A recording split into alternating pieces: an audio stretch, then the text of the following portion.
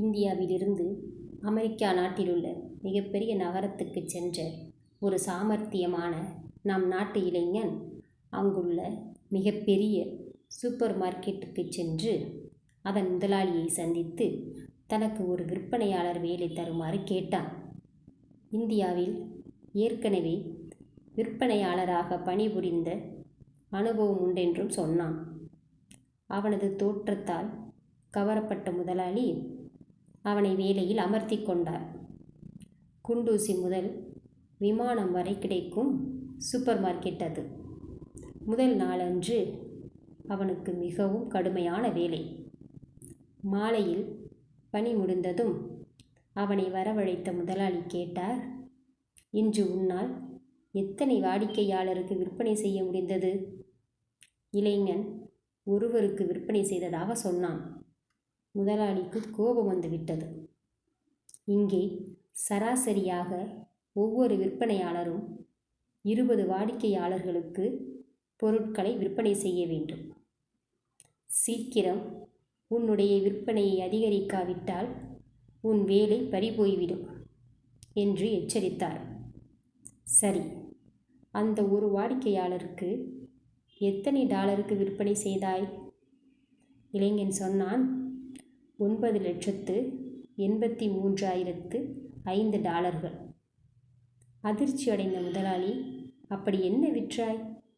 வாடிக்கையாளருக்கு ஒரு மீன் பிடிக்கும் முள், தூண்டில் மற்றும் அதற்கு தேவையான பொருட்களை விற்றேன்.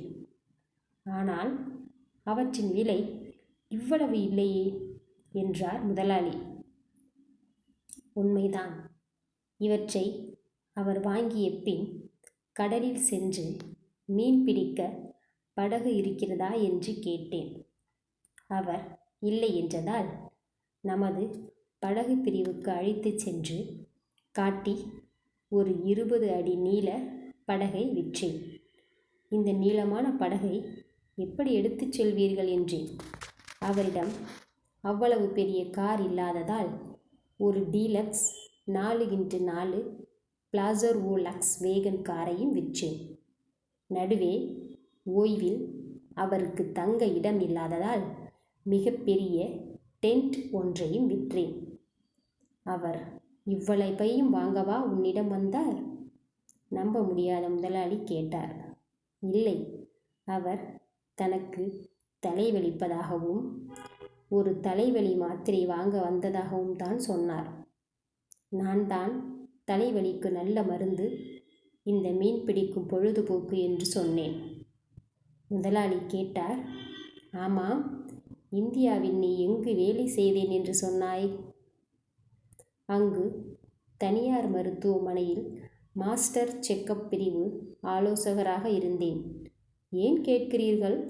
இங்கே வா, என் நாற்காலியில் அமர்ந்து இந்த கடையை பார்த்துக்கொள். நான் கொஞ்ச நாள் இந்தியா சென்று அங்கு வேலை பார்த்துவிட்டு வருகிறேன். நம்மவர்களின் திறமையும் அறிவும் என் நாட்டினருக்கும் வராது.